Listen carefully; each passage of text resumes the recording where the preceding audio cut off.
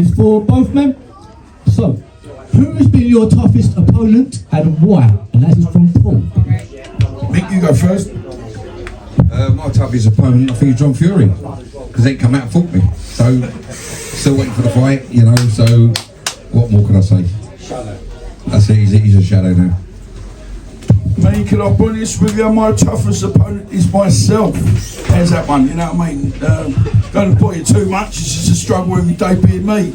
But anyway, opponent-wise, I would have said boxing opponent-wise, I probably would have said a fella called Crispy Bacon from up Manchester. If you know him, tough man, in and out the streets. And yeah, we had a proper fight, me and him. And yeah, he was probably my toughest opponent today, and probably one of the nicest guys I've ever met, and still call him my friend today. It's funny how in this sport you get to punch a shit out of each other, you become best pals. It's a really mad sport this is, but that's why I recommend it to anybody. You know what I mean? Especially if you've got a screw loose. Our next question is for Micky. What sparked off the beef between you and yourself and John Fury from Leemayo? Basically, I was walking my dogs one morning, as we all got social media, got my phone, digging through it, and it was actually on the news. So I thought, John Fury rang a bell to me, and he said he's the hardest 54-year-old on the planet due to this MMA. He was asked a question by what's his name? Dana White. Yeah, who interviewed him that day? It was Danny the other day. Bloody hell, not Gareth Davis. No, any guy that comes up here the other day. Oh, Cougar Cassius, yeah, sorry. Marbles are gone. So Cougar Cassius was interviewing John Fury and saying, apparently, if your son Tyson Fury goes to the MMA fighting, he's going to get smashed. And John was not too concerned with what was going on. He didn't really understand what he was saying. He said, who will smash who? And he said, if your son Tyson went over to the MMA like he was planning to do, fight one of the fighters over there, he'll get smashed. Put me in the ring with him and I'll smash him because I believe I'm the best 54-year-old on the planet. This is what John said to the MMA president. So I'm looking at this, I think to myself, I train every day. This guy, you know, I mean, you know, he used to be an ex-pro. There's not one day that goes by I don't miss training. And I'm a lot fitter in my mind, in my spirit, my soul. I can do this. So when I started telling my gym pal, I was ringing up all the promoters that I knew, but they couldn't get involved because of obviously professionalism. So I just done a big shout out myself, and it went viral, went mad. So from there on, we sort of carried on for the 5-year program. Thank you very much, Micky. Still going. And it's still going. Next question is to Dom. What is your favourite food from Ella? Ella, now we're talking. I love a bit of Thai. Oh, believe it or not, I'm half Italian, just the bottom half. You know what I mean? I look like my mum. She was bald as well. But my mum was Italian, and she could half cook. Yeah, but I'll have to say Italian just because I'm very patriotic. But yeah, can't beat a lasagna, bit of spaghetti bolognese. Go on, girl. Thank you. Okay, thank you very much. We have, for both of you, Micky and Dom, having both done the doors, how do you think it's changed now? Knife crime is rife. Can you still talk people down? From Piner, from Bristol. You go first, Mick. You can have that one. Good question. Well, nowadays, doing security like me and Dom used to do back in the day, so that was our work. That was what we, you know, we brought into over the years, through the training, through the boxing, through doing the doors, doing security, to do debt collecting. And these things do come a crop. Not so much back in the day, but nowadays there's more knife crime out there than anything. Security and doorman back in the day were proper faces. You know, you had to be a face on the door or someone that can handle himself, yeah, which we both can. Not bragging on nothing, or give you a big one. Yeah. Nowadays we got plain, placid, normal guys want to be security with a little badge up here, SIA badge with a little camera, and they think they're security. They're not security. They're just doing a job that they don't understand. They shouldn't be on the door. And when they come across night crime, you know, people turn up with knives, things like that, they can't handle it. They throw the front of the police. They run out the back exit or something, you know. Back in the day when we was back on the door proper, we had guns pulled on us. There was a few knives back in the day, you know. If you got a proper firm and someone comes out with a tool, which they have done in my position, you know, there's about 4 or 5 of us on the door one night. Black geezer turns up, no, not being discriminated or anything, because I've got some great black friends. And he pulls up his jumper, he goes, "You F my mates up." And we all went straight for him, you know. And I mouth shut, that grabbed the gun. 100 miles an hour at the road, we couldn't catch him. So today's knife crime is completely different than years ago. Plus you've got postcodes. You're in the wrong postcode, you get stabbed. A 13-year-old kid will stab you now. It's disgusting. So now security on the door, and they're not security, they're just normal pods with badges. It's disgraceful, really. Over to you, Dom. No, listen, mate, very much the same. I'm listening, we were old school doorman. You know, things were different back then. We all had a bit of respect, didn't we? You know what I mean? It's like kids nowadays, you've got no respect for no one. As soon as you tell them they can't do something, they go and do it, don't they? And the first thing, you know, look at we're in Rayleigh, what's it the other week, in Southend, you've got kids running around putting out machetes. And I don't think the kids realise how much damage they do to themselves. But getting on with that, but yeah, it has changed a lot now. You get a lot of jacket fillers. Now all you have nowadays is people that used to be able to do the door. They're not allowed to do the door because they've got a criminal record. But they're the boys that can handle the job. And they know the job and they do know how to talk to people. It ain't always about, you know, bashing someone up. It's just being firm but fair and just letting people know the rules. But then again, nowadays no one cares what the rules are. So it is a lot harder. There's a hell of a lot more knife crime, especially looking at youngsters here today. And it scares the life out of me. I've got a 21-year-old dog, scares the life out of me. And I like the kids here today, they're all good people, they're nice boys here. And that's what I want to be, nice boys, because there's scumbags out there that don't really care. So sometimes you have to fight fire with fire. And that's why you've moved to this area, so you encourage all the youngsters To get into the to boxing. get their hands up, and get fighting and protect yourself. Without there, it's a back you fight yourself. And this is when you hold your hands up. Now we teach you've got a men not chance. people up with the bare hands. So stabbing people, you know. And guys, youngsters here, especially that are here today, if someone pulls a knife on you, don't try and defend yourself, run for another day, okay? That's the best thing. Well Right? done, well said, But if well you said. can handle it and put your hands up and you can defend yourself, you've got more chance of getting out of it than you haven't, okay? Just remember that. But don't fight someone with a If knife. not, cool. Run away, If you're on- ring the police. So this is a question for myself, for both of you. With your lifestyles from back in the day, would you say the world, we've got the children running around with knives nowadays, was more dangerous then or is now? I'll go, yes, it's a lot more, don't get me wrong, there was a lot of knife crime when we were about. But it was all kind of different sections. If you're involved in that kind of world, that's what it was. But nowadays you've got kids, not just kids walking down the road getting stabbed for nothing. You know what I mean? Or people, you know, it just got out of hand now, ain't it? It's, you know, listen, I'm a big old lump, and there's loads of vehicles to look after ourselves. But you still got to pick and choose where you go nowadays. It's changed, it's changed. And I think more so when we was a younger age, like probably 15, not 16, going to pubs having a drink with your mates. You know, your mates used to go and want to go pubs. See, as you young kids, yeah, you're at an age, you can't wait to go old. When you get older, you want to be younger, unfortunately. So when you and your mates start, or a couple of mates of yours start to go to the pub and you want to go with them because it's a big thing, you know, and they start smoking, yeah, it's good to smoke because I'm a big man. It's the wrong thing to do, smoke, number one. Number two, go and have a drink. Drink minimum, so you know where your head is. You know, you can understand where you're coming, you're going, who's talking to you, who's around you, who's got a knife, you know. And it's all about, basically, back in the day when we was doing the doors, especially, we're going back to that again, it was more glassing people. Everyone's getting glass. They got glass. You're in a pub. You got a problem, mate? Bosh, straight in the face. Yeah. So they're gonna use that glass as a weapon because they haven't got a knife. Yeah. So that's another thing you got to watch out. Going to these places. If you go to a pub or a wine bar or a nightclub somewhere, there's already weapons in there. The glasses. Yeah. You might not have a knife, but you'll have a glass. So you got to be watching and be alert on these things. Yeah. Us doing the doors, we go up to speak to someone. Glass comes out straight away, at our end, because that can go to our face. So we're always watching what we're doing, so we do the job properly. Nowadays, these guys with badges, they'll go up to you, you know, they start saying to you, you know, why are you doing this, why are you going out of exit? They're not thinking about the glass in around, they're going to get smashed in their face, because we were used to that back in the day. That was happening, you know, you've got to be streetwise to understand that, yeah? So going to places like that's got alcohol, people are going to be a little bit out of their heads, not thinking what they're doing. And then that's when you're going to get and then end up in trouble. So don't be in that intoxicated place. Don't go to them nightclubs and them bars because they're good for you. Yeah, them places are just trouble. Right, as kids.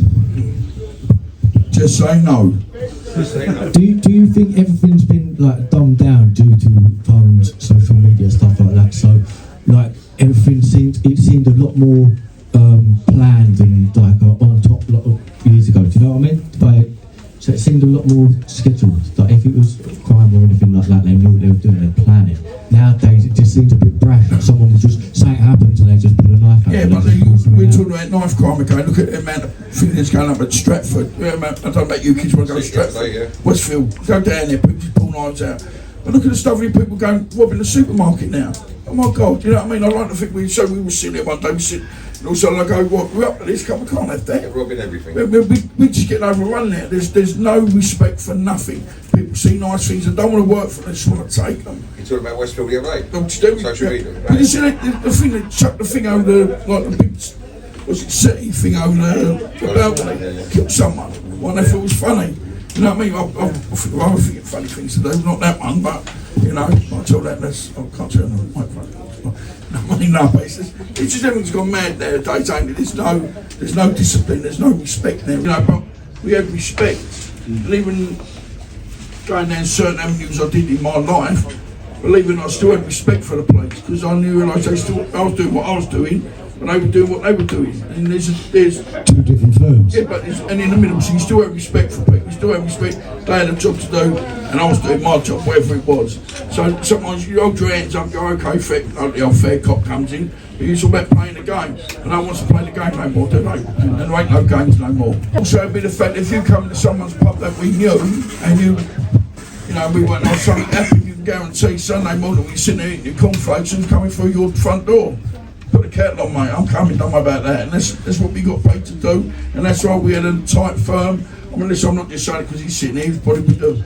You know, Micky had his own name, I knew Mick before we even knew each other, but so he was the best doorman ever let him claim. So you knew you went on their doors, and you had to be really a bit tasty, or B, you better be prepared if you've upset someone, it's coming back, because they wouldn't let you get away with it, never get away with it. So nowadays, every time you see like little firm turns up, smashing the pub up, no one cares, or it's terrible nowadays. That's why I don't do the pubs, I don't do the nightclubs, because it just ain't no good. It's all right for me, but it's no good for no one else, you know what I mean? So, you know what I mean? It's like everyone, you know, as soon as you go to the pub nowadays, don't care where you go, with a drink, there's always drugs. There's always drugs. You cannot go anywhere, bars, wine bars, whatever, you'll go and see, like, no, the bogs are like Noah's Ark, ain't they? Everyone goes in there 2 by 2, you know, and you know what they're doing.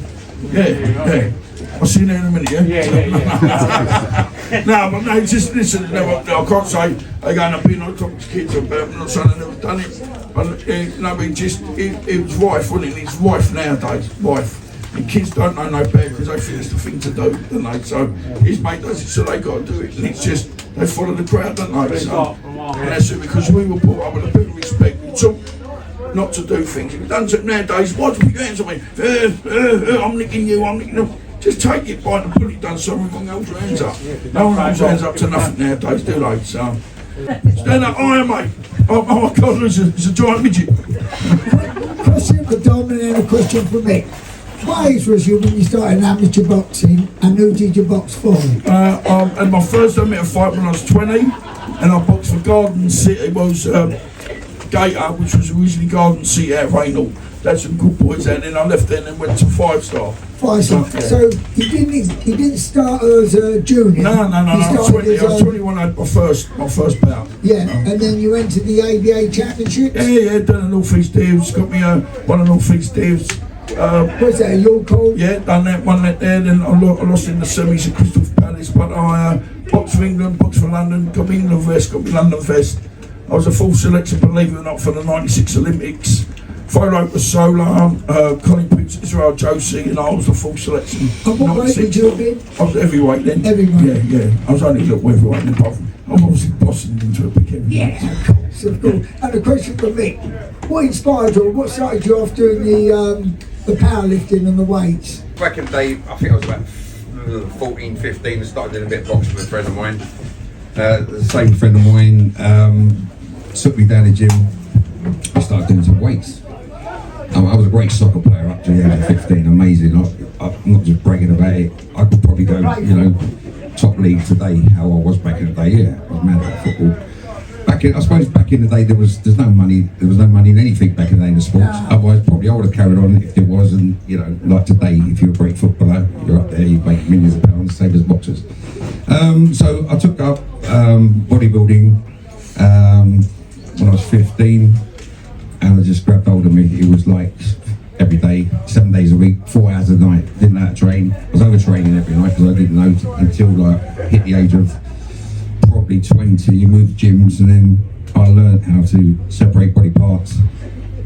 I was just basically, although I was doing 4 hours a night, I thought I was going to be growing more, doing more hours in the gym. It's not that. You got better and better, didn't you? Cause I got better over the years. Yeah, I built my own foundation, and then from there, once I changed gyms, I understood about the game a bit more, breaking your body parts up. Yeah. Instead of I used to train every body part every night. And it'd take me 4 hours. So that's when you pick up injuries. No, I wasn't getting any injuries so much then. And then a lot of people could see my gains over the years, so they said, well, you know, why don't you start competing? And then I started my first show. You got qualified to get to the Mr. stage, like it was the big show. Yeah. But I obviously started from nothing to winning the show to going into an intermediate show, which is one down from the Misters. So I've done the qualification, and I won the intermediate British Championships. And then from there onwards, it's grabbed hold of me even more. Unfortunately, that game, competing, we started taking, obviously, steroids, because that's just the way it was back in the day.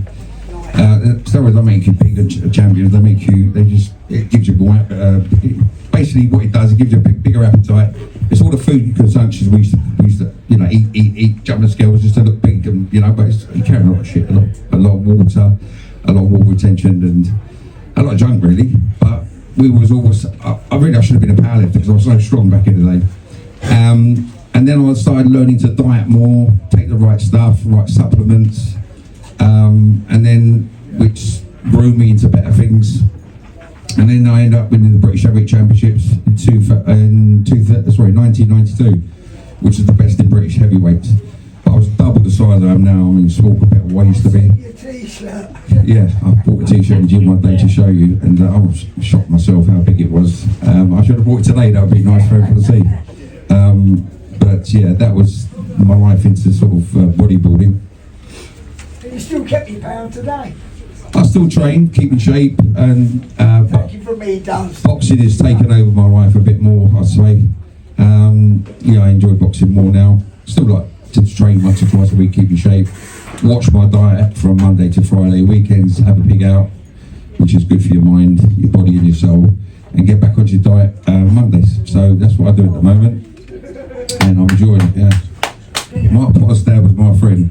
Yeah, sorry, the answer to the question, yes. And he actually, Ray, his name was, he said to me, do me a favour, Micky, look at Mark, my son, because he's a good amateur, he's this, he's that. He wanted to basically turn him professional. So I looked at him, took him to a friend of ours, which is called Alan Mortlock, and Charlie Smith at the time. And basically turned him professional and got Mark to where he should go. Mark was a very good friend of both of us. I mean, Dom known Mark for years. I think he was training in the same place back in the day, did a few fights at bits and pieces. Unfortunately, Mark Potter's not with us, as everyone knows. Rest in peace, Mark. Yeah, want to say anything about that? No, perfect, mate, perfect. Can't go on that one, mate. Yeah, it's a bit emotional, isn't it? No, mate, you done me that straight. I wasn't expecting that one. I'm sorry, Donna. No, it's all cool, it's all cool. Me and Dom was actually... We were there with him, yeah. Right, next question for Dom. It's for the pair of you actually. I want to start, you mentioned obviously yourself and we've spoke before about struggles in the past like that, but I wanted to get both your opinions on how your physical exercises, especially boxing, or if you're up with the bodybuilding, how that's helped you maintain a straight and narrow, maintain a straight mind, instead of rolling into being from them worlds as well, instead of going all that way into that world, and what eventually leads to what I know many friends either death or jail. How it's kept you straight and narrow, and how that's benefited you going forward. Well, I'm very fortunate. I don't know if I mentioned I've got a daughter, but she made me a better man. But then it's like saying, you know, obviously we spoke before about being clean, like 5.5 years now. I'm not had a drink. So about the gym, you can't lie to me now. You know, as soon as I walk outside, I'm in trouble because everybody falls under all liars, thieves and liars. But in that gym, you can't lie to me. As if you can fight, you can fight. We can all see that you're going there. As soon as you get the bag, you know, something shape up. And it's about, I think with with the gym, it always keeps you alive in there. So a lot of people call it the church. Some people coming in. It's our church. You know, we don't go to church with a steeple. We go into church and when we kind of punch each other in the face. And it kind of, but it is what it is. It's like, you know, and it just gets you. It takes you to a different level. You know, when Micky does the same, but obviously with the bodybuilder as well, it just takes you to a different place. You sit there, you know, and with the people, we're really lucky, especially the gym in here we got next door. We're all on the same wavelength, you know what I mean? You can talk about everything and anything. You know what it's like. It's like when you go into battle, you've got to choose your soldiers. One of my favourite sayings. So you can't always tell everybody everything, because sometimes people don't get it. And also when they say it scares the life out of people, you tell someone that you really feel can scare the shit out of people. Go, there's something wrong with him now, ain't? Because it's okay to be okay, but we're not okay every day. But it's no good me, I'm not going to come down the gym. You know, I'll come down here and try and be as positive as I can. But in the days, I ain't happy. It ain't your problem, is it? You know, I've got to deal with that. But it's just sometimes it's good just to get it off your chest. And all the old saying is it's good to talk, it really is good. And as you said, the amount of people we've probably lost there, 1 minute you don't realise, 1 minute they're here, next minute you go, where's so-and-so? So he talked to himself last week, or this is happening, and it's happening so much more frequently because the pressures of life has got so bad now. The cost of living, I don't know if we're supposed to be kind of happy question, aren't we? But we're talking get down to nitty gritty. Everything's changed, life's changed, you know what I mean? It's like, harder. Every day's harder, every day, you know, just everything's changed, the bills are changing, you know what I mean? It's like, people are just struggling. But with the gym, we're all together in the gym, we stand by, you know, we had our boy Frankie fight on Friday, and someone said to me, watching him fight on Friday, you were throwing more punches than he was. I said, because I'm fighting for you. So all my people here, like Kevin, so we're all together. Stevie, things like that, we're all together here. So you're fighting and I'm fighting, and we're going to fight to the end. That's why you lost your voice, isn't it? Yeah, But yeah, that's it. I think that you can't beat the gym. You know. Yeah, talking about getting on such. What makes you get on the straight and narrow? I mean, doing the doors back in the day was rough times. That's what we knew. That was our job. We didn't know any better, and we dealt with some bad times. You know, severe times. Weren't going to depth, but it's what we've done, and we treated it like a job back in the day, the same as the police do. We don't see the bad side of police. We see what they patrol. They you know, we see them going around in their cars with lights going on. We don't see them at the scene of the crime, what's going on, what they're dealing with. We don't see that. We don't see them getting hurt. You know, we hear about it. But they're the same as the security back in the day. But they're licensed in a sense, we're not. They've got more powers than we have. So a lot of police matters we don't see. I know a lot of people put the police down in a sense, but without the police, we ain't got a country, have we? If we've got trouble, we can't ring the police. Sometimes we have to ring the police, although we don't want to ring the police, but without policing in this country, we don't have a country. There'll be wars. As we get older and maturer, there weren't a day back in the day when I was 21, juiced up, crazy, thought, I'm the man, yeah. There wasn't a day I wouldn't get out of my car and have a row with someone. Over nothing, you know? Lucky I ain't got nicked for it. Nowadays there's cameras in every car, front, back, on the streets, anywhere you go. If I was to do that now, I wouldn't be here talking. So, straight and narrow is what you've been through, what you've seen, what could have been, what should have been, but never was. You know, we had a very few close shaves back in the day to now. I mean, as far as I want to get out of my car now, I just think, you know what? Bye-bye. Don't need the headache. Because I'll jump out there, I know what's going to happen. Everyone's got cameras in the cars. Police turn up, I'm the bad one because he's on the floor. But he was in the wrong. But I'm in the wrong because I'm going to get nicked. So what? At my age nowadays, I want to get put away in prison for GBH, whatever, ABH, and that's what happens. So being straight and narrow, we go in the gym, clear our head in the morning, and we think about what we're doing. Because of maturity, we've been through that road, yeah, a long time down that road.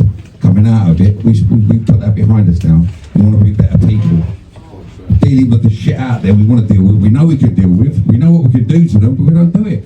We step back. Because we've got that in our head now. We've been through all that shit. So then we're on a straight and narrow, we love our training, clears our head, get on with our life. That's right. Thank you. Another question from Lee?